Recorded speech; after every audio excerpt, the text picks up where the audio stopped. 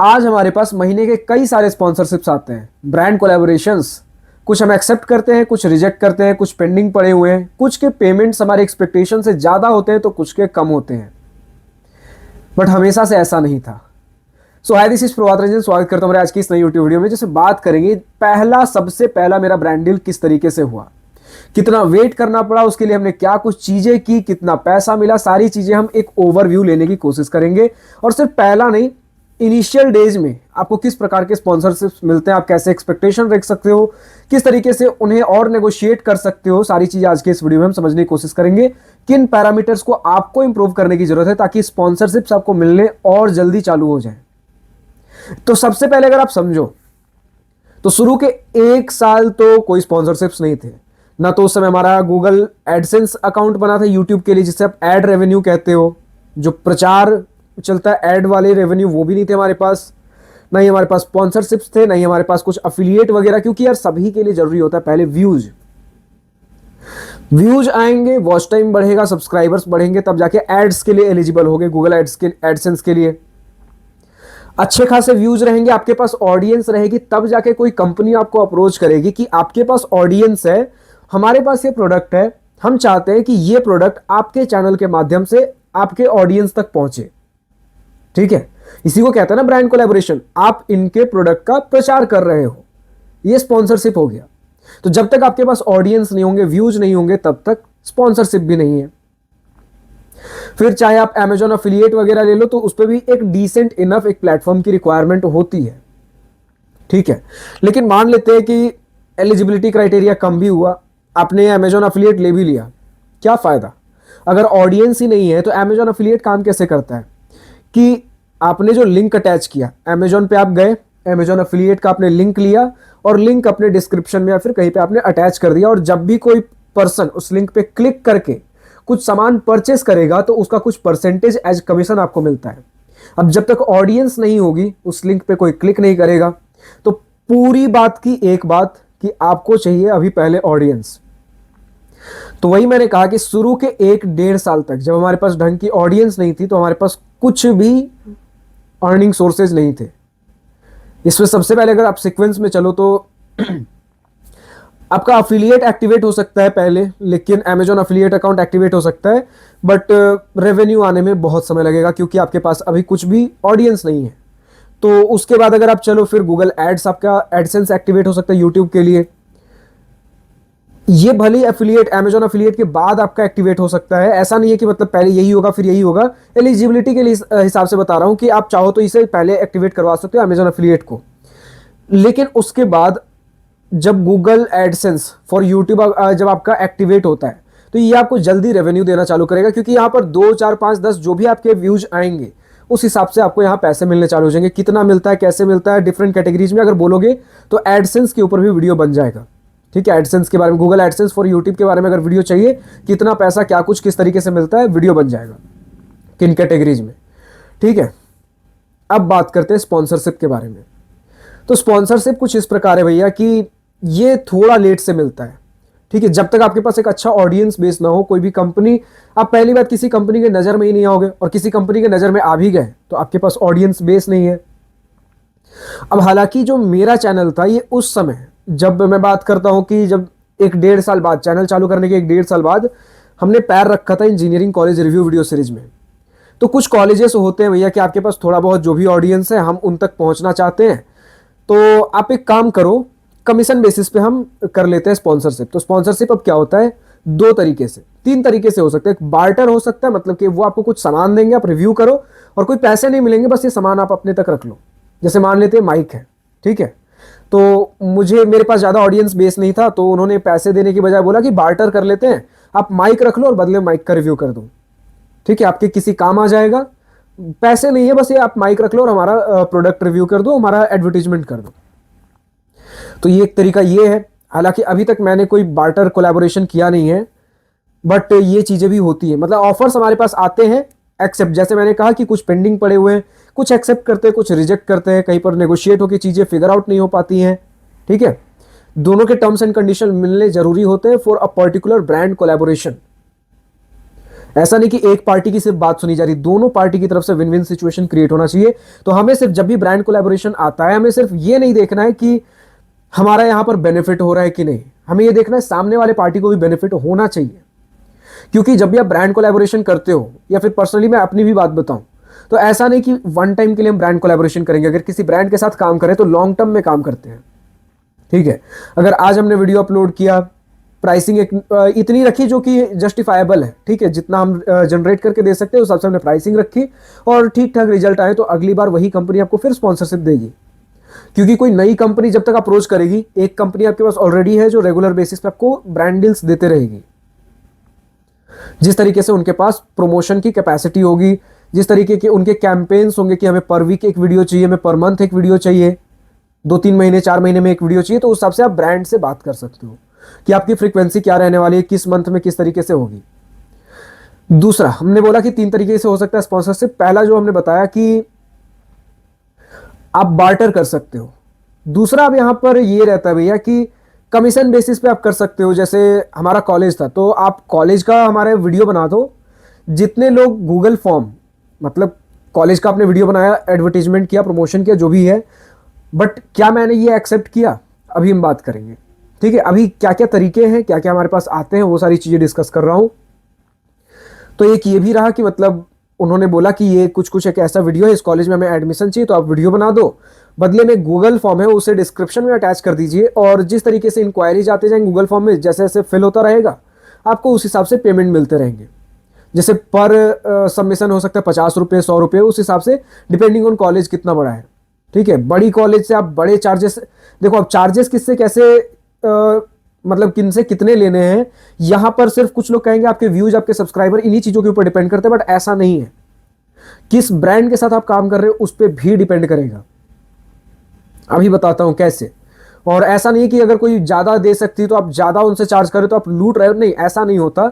अभी उसके बारे में भी बात करेंगे। देखो, ये तो हो गया कि कमीशन वाला। कुछ कमीशन वाले ऐसे भी थे कि कॉलेज एडमिशन जब स्टूडेंट्स ले लेंगे तब आपको देंगे, लेकिन अब उसमें क्या होता है कि जो स्टूडेंट्स गूगल फॉर्म फिल करते हैं उन्हें तो कुछ पैसे देने नहीं है, बस गूगल फॉर्म फिल किया, तो यहां पर जल्दी जल्दी चीजें फिल होंगी, आपको जल्दी जल्दी पैसे मिलने के चांसेस हैं। लेकिन जब आप एक ज्यादा कन्वर्जन वाला कुछ एक केपीआई उठाते हो, की परफॉर्मिंग इंडेक्स, जैसे कि आपका एडमिशन हो गया, अब एडमिशन के लिए स्टूडेंट्स को पे करना पड़ेगा, यहां पर एक बहुत छोटा क्राउड होगा जो कन्वर्ट होगा, ठीक है, लेकिन पैसे यहां पर ज्यादा मिलेंगे क्योंकि एक ज्यादा एक्शन, ज्यादा आप रिटर्न देने वाला कुछ तो एक्शन कर रहे हो, ठीक है। आप सोचो एक कंपनी के लिए, कंपनी को क्या चाहिए कि उन्होंने प्रमोशन करवाया तो उन्हें बदले में रिजल्ट मिलना चाहिए।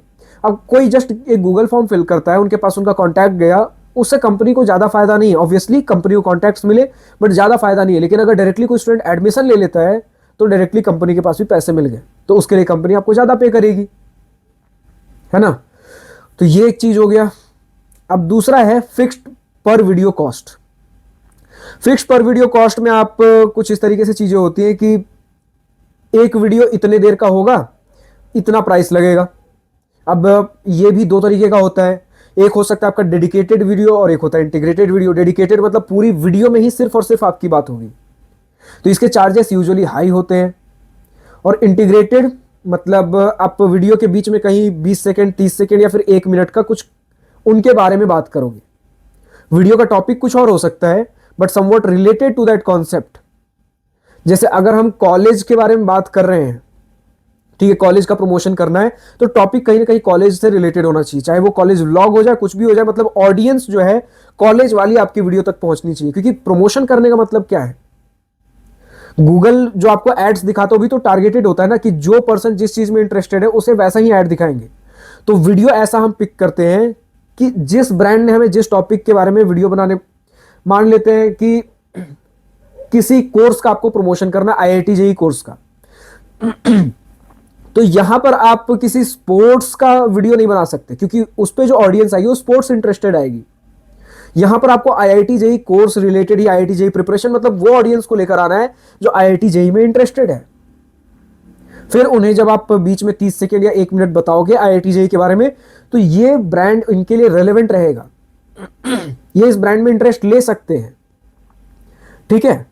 तो इस तरीके से हम बात करते हैं। अब अगर आप बात कर लो कुछ ऐसे भी आपको ब्रांड डील्स मिलेंगे जो कि आपके चैनल से रिलेटेड नहीं है। जैसे हमने कुछ एक देखा कि किसी शहर में कोई कॉलेज है और एक चैनल है जो कि जस्ट उस शहर के बारे में चीजें कवर करता है, not specific to any college any education. मतलब जिस चीज का ब्रांड डील आया है उससे रिलेटेड नहीं है, बस उस शहर से रिलेटेड होता है ना, शहर में घूम घूम के शहर के अंदर क्या चीजें हैं क्या नहीं है वो चीजें हम रिव्यू कर रहे हैं, वो चीजें बता रहे हैं। और प्रमोशन है कॉलेज का, लेकिन कॉलेज उसी शहर में है। तो ठीक है, आपको ये ऑफर मिल सकता है, लेकिन इसके आपको पैसे कम मिलेंगे। क्यों? क्योंकि आप जो ऑडियंस ला के दोगे वो एक बहुत ही लिमिटेड इंटरेस्ट वाली स्टूडेंट ऑडियंस होगी जो कि आपके इस कॉलेज वाले वीडियो में इंटरेस्टेड हो। क्योंकि जो मैक्सिमम ऑडियंस आ रही है उन्हें बस आपके शहर से मतलब है, वो आपके शहर में इंटरेस्टेड है। हो सकता है उनमें से ऐसे कुछ लोग हों जो कि उस शहर के उस कॉलेज में एडमिशन लेने के बारे में सोच रहे हो, या फिर किसी कॉलेज में एडमिशन लेना हो उस शहर के अंदर। तो वो एक छोटा, पूरे बड़े आपके ऑडियंस में से एक छोटा क्राउड उस वीडियो के लिए रेलेवेंट है, इसलिए आपको पैसे कम मिलेंगे। ठीक है, तो अब हमने कुछ कुछ चीजें समझ ली कि जब भी आप बार्टर तो बस हो गया कि नॉर्मली आप कुछ प्रोडक्ट लेते हो और वीडियो बनाते हो, लेकिन जो कमीशन हो गया या फिर फिक्स चार्जेस हो गए, इनके लिए हम कॉस्ट किस तरीके से करते हैं। इनके लिए कॉस्ट सिंपल है। सबसे पहले आपका व्यूज कितना आ रहा है, पर वीडियो व्यूज बहुत मायने रखेंगे। सब्सक्राइबर्स कैसे हैं, सब्सक्राइबर्स कितने हैं। ऐसा भी नहीं हो सकता कि आपके पास 100 के सब्सक्राइबर्स हैं और व्यूज हर वीडियो पे 1000 2000 आ रहे हैं। किसी किसी के 400-500 व्यू भी होते हैं पर वीडियो पे, आपके 1-1 लाख सब्सक्राइबर पे। कुछ ऐसे पर्टिकुलर डोमेन्स हैं जहां पे धीरे धीरे इवेंचुअली सब्सक्राइबर्स ग्रो किए हैं, लेकिन उतने वहां पर व्यूज नहीं जाते उस चैनल के ऊपर। तो यहां पर सब्सक्राइबर से आप ये नहीं बोल सकते। कुछ जगह आपने सुना होगा कि एक थंब रूल की जितना आपके पास सब्सक्राइबर है अगर थोड़ा ज्यादा हो चुका है तो उसका हाफ आप प्राइस चार्ज कर सकते हो। मतलब 1 लाख सब्सक्राइबर है तो 50,000, लेकिन व्यूज तो आपके पास भैया सिर्फ 400-500 ही आ रहे हैं। अब सोचो 400-500, अगर कोई कंपनी आपसे वीडियो बनवाती है, 400-500 लोग आपके वीडियो को देखेंगे, 50,000 तो पे नहीं करेगी। यूजुअली कोई भी कंपनी मैक्स टू मैक्स 1 रुपए पर व्यू पे करना चाहती है। अब अगर आपका व्यूज थोड़ा कम है तो वो 1 रुपए से थोड़ा ज्यादा बढ़ा सकती है, क्योंकि सपोज करो 1 रुपए, अगर आपके 1000 व्यू आ रहे हैं, ठीक है, और 1 रुपए पर व्यू के हिसाब से आप लेकर चलते हो, ये मैक्सिमम मैं बता रहा हूं, तो आपको 1000 रुपए मिलने चाहिए। लेकिन अगर आपको 200-300 व्यूज ही देखने को मिल रहे हैं, सब्सक्राइबर भले ही ठीक ठाक है, तो अब 200-300 व्यू के लिए यूजुअली कंपनी आपको अप्रोच नहीं करेगी, लेकिन सब्सक्राइबर बढ़िया है तो कंपनी को लगता है कि इनके पास ऑडियंस बेस है, वीडियो बनवा लेते हैं। तो 200-300 व्यूज के लिए तो भैया कोई कंपनी आपको ऐसा नहीं है कि मतलब 200-300 रुपये ही देगी। सब्सक्राइबर बेस बड़ा है तो 200-300 रुपये देने का भी कुछ मतलब नहीं बनता, तो हो सकता है आपको 400-500 मिल जाए। तो एक इस तरीके से प्राइसिंग फ्लक्चुएट करता है। लेकिन जैसे जैसे आप इंक्रीज करते हो, जैसे जैसे व्यूज आपके इंक्रीज होते हैं पर वीडियो के हिसाब से, देन वहां पर धीरे धीरे 0.5 रुपीज के आसपास चीजें आपको देखने को मिलेंगी। जैसे अगर आपका 1 लाख व्यू आता है तो आप 50,000 के आसपास कहीं ना कहीं चार्ज कर सकते हो। और ये भी ऐसा कुछ फिक्स नहीं है कि आप 50,000 ही चार्ज करोगे, ये एक रफ एस्टिमेट है। अब इसमें आपको कंपनी की पेइंग कैपेसिटी भी देखनी पड़ेगी। जैसे कुछ मुझे कॉलेजेस मिले जो कि एक अच्छा खासा, जो अभी मैंने मार्केट स्टैंडर्ड बताया उस हिसाब से पे कर रहे थे, लेकिन कॉलेज काफ़ी बड़ी थी। कुछ कॉलेजेस ऐसे हैं जो कॉलेज काफ़ी बड़ी थी, आपसे फ़ी भी ज़्यादा चार्ज कर रही थी। ठीक है, तो उस केस में जो कंपनी ज़्यादा पे कर सकती है, आप ज़्यादा डिमांड कर सकते हो और कंपनी भी देने के लिए रेडी रहती है। बट अनरियलिस्टिक नहीं होना चाहिए। इरिजनेबल या फिर अनरियलिस्टिक अगर आप रखोगे तो कंपनी के पास भैया आज की डेट में बहुत से कंटेंट क्रिएटर्स है, कहीं भी पहुंच सकती है। कंपनी का अपना बिजनेस मॉडल है, वो स्पॉन्सरशिप के ऊपर डिपेंडेंट नहीं है। कुछ नहीं हुआ वो गूगल एड्स रन कर सकती है, आपके ऊपर डिपेंडेंट क्यों हो? तो आपको एक वैल्यू प्रोवाइड करना पड़ेगा। बस ऐसा नहीं कि कंपनी अगर मुझ तक पहुंच गई है तो कंपनी की कुछ तो मजबूरी रही होगी, मैं ही मार्केट में इकलौता ऑप्शन हूं, अब इनसे भर भर के चार्ज करूंगा, नहीं। अब बात करते हैं कि मुझे शुरुआती स्पॉन्सरशिप कितना मिला।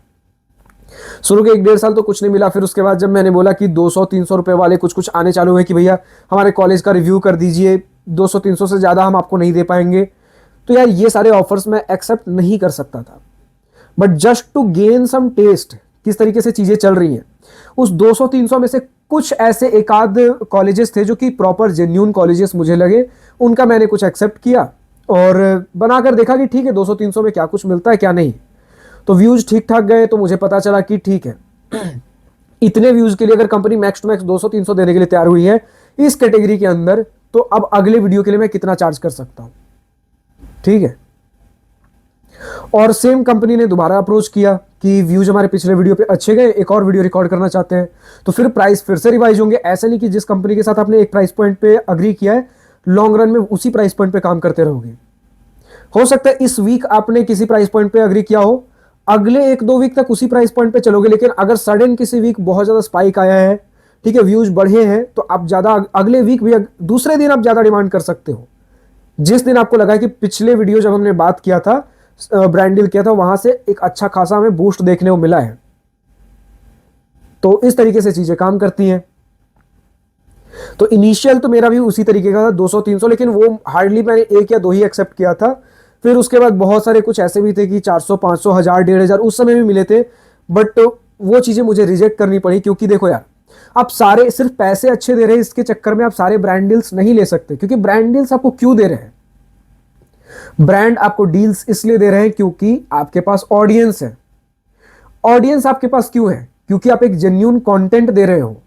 और अगर सिर्फ ब्रांड डील्स लेते चले गए, सिर्फ पैसे मिल रहे हैं इसके चक्कर में, तो ऑडियंस चली जाएगी, क्योंकि आप कोई जेन्युइन कंटेंट नहीं मिल रहा, सिर्फ और सिर्फ एक पेड कंटेंट। तो इसलिए मैं ट्राई करता हूं पेड कंटेंट भी ऐसा लूं जहां पर वैल्यू ऑफर हो। जैसे ज्यादातर जो हमारे पेड कोलैबोरेशंस थे, बुक रिव्यू वीडियोस थे। नॉर्मली जैसे मैं खुद बुक परचेस करके आपके लिए रिव्यू करता हूं, उसी तरीके से कंपनी हमें बुक देती थी और कुछ पैसे देते थे, और वैसे ही वीडियो बनते थे। बुक के अंदर क्या क्या चीजें हैं, ओपिनियन आपको खुद लेना होता था, बस मैं फैक्ट शेयर करता था, डिस्क्रिप्शन।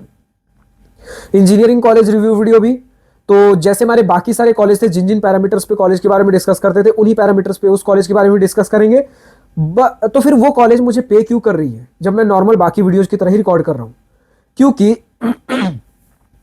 ऐसा नहीं कि जब मैं पेड कोलैबोरेशन नहीं करता था कॉलेजेस का तो उनकी कोई बुराई कर रहा हूं कॉलेज की। Real pros and real cons होते थे, कॉलेज के रियल फैक्ट्स होते थे हमारे रॉ एंड ओरिजिनल वीडियोज में। तो अगर कॉलेज एक्चुअली अच्छी है तो कॉलेज को अच्छा प्रमोशन मिलेगा। लेकिन अगर सपोज करो कि कॉलेज अच्छी है लेकिन उतना उनका फेम, नेम और फेम अभी नहीं है, तो उन्हें कहीं तो किसी सोशल मीडिया प्रेजेंस कहीं तो बनाना पड़ेगा ना अपना प्रेजेंस। तो उसके लिए ब्रांड हमारे पास अप्रोच करते हैं कि ये आपके लिए डील है, हमारे लिए एक वीडियो बना दीजिए जो आपका नॉर्मल फॉर्मेट, रेगुलर फॉर्मेट है उसी पे। ठीक है, तो यूजुअली जो हमारे वीडियोज होते थे, जो आप रॉ एंड ओरिजिनल देख रहे हो, उसी प्रकार के हमारे ब्रांड कोलैबोरेशंस भी होते थे, ताकि ऑडियंस के साथ, सबसे पहले यार ब्रांड नहीं, सबसे पहले ऑडियंस होता है, क्योंकि ब्रांड बाद में आई, सबसे पहले आपके पास ऑडियंस आए। और अगर ऑडियंस जिस दिन गई उस दिन ब्रांड भी चली जाएगी। ब्रांड अगर कुछ समय तक नहीं भी है तो आपके पास अफिलिएट है, आपके पास खुद के कोर्सेज, काउंसलिंग, आपके पास एडसेंस वगैरह सब कुछ है, लेकिन अगर ऑडियंस गई तो आपके पास कुछ नहीं है। तो सबसे पहला प्रायोरिटी हमें ऑडियंस रखना है, रियल क्वालिटी कंटेंट प्रोवाइड करिए, ब्रांड डील्स आपके पास खुद आएंगे। और जैसे जैसे आप धीरे धीरे जब बड़े होते हो ना, ब्रांड डील्स के नेचर भी चेंज होते हैं, वो थोड़े ज्यादा ओपन अप होते हैं ट्रांसपेरेंसी के लिए। जैसे बहुत सारे मेरे ब्रांड डील्स मैंने सिर्फ और सिर्फ इसलिए रिजेक्ट किए क्योंकि उन्होंने मना किया था कि आप वीडियो के अंदर ये मत बोलना कि ये प्रोमोटेड कंटेंट है। यूजुअली अगर बहुत ज्यादा रेस्ट्रिक्शंस होता है ना कि प्रोमोटेड कंटेंट है, ये एक स्पॉन्सर्ड वीडियो, अगर मुझे ये बोलने से मना किया जा रहा है तो कम से कम ये ट्राई करता हूं कि YouTube का जो फीचर है एक टिक बॉक्स लगाने का कि भैया this video includes paid promotion, उसमें तो जरूर से जरूर टिक लगाऊं। और अगर वो भी मना कर रही है तो फिर मैं वीडियोस नहीं बना सकता, क्योंकि वहां पर मेरे ऑडियंस के साथ गद्दारी होगी। ठीक है, और जहां तक बात रही इंजीनियरिंग कॉलेज रिव्यू वीडियो और बुक रिव्यू वीडियो, जो अभी हमने बात किया, वो वीडियोज अभी हमारे चैनल पर अवेलेबल नहीं है ड्यू टू सम इशूज। क्या थे वो तो भैया अब जिन कंपनीज ने ये इशू क्रिएट किया है वही बता सकते हैं। हमने इसके ऊपर डिटेल वीडियो बना रखा है जिसकी वजह से हमें ये वीडियोज हटाने पड़े हैं। ठीक है, वो वीडियो जाकर चेकआउट कर सकते हो, एक द एंड नाम से आपको मिल जाएगा, no more videos college and book reviews, वो आप वीडियो जाकर चेकआउट कर सकते हो। फिलहाल आज के इस वीडियो में इतना ही। अब अभी भी अगर आपको किसी, मतलब अगर बात कर ले हमारे इंजीनियरिंग कॉलेज के हिसाब से ही, तो अगर आपको किसी इंजीनियरिंग कॉलेज में एडमिशन सिलेक्शन में दिक्कत आ रही हो, या फिर कॉलेज के अंदर चले गए हो, college life, research projects, internship, jobs, placements, career guidance चाहिए हो, IIT JEE प्रिपरेशन में हेल्प चाहिए, स्कूल के अंदर हो, स्टूडेंट लाइफ रिलेटेड चीजें जाननी हो, अगर आपको मुझसे बस गूगल मीट वीडियो कॉल पर बैठकर 1-on-1 चीजें डिस्कस करना हो, जानना हो, समझना हो, पूछना हो, तो आप दिवास्त्रा स्टूडेंट काउंसलिंग के लिए रजिस्टर कर सकते हो, जिसे मैं ही गाइड करता हूं। लिंक नीचे डिस्क्रिप्शन में दिया गया, क्लिक करिए, वेबसाइट पे जाइए, रजिस्टर करिए। फिलहाल आज की इस वीडियो में इतना ही। अगर वीडियो पसंद आया तो लाइक शेयर दिल खोल करिएगा, और अगर कुछ दिल की बातें, कुछ मन की बातें लिखकर बतानी या पूछनी हो तो कमेंट सेक्शन आप ही के लिए तो है। Thank you for watching this video. Goodbye, nice day, wish you all the best for future, enjoy journey.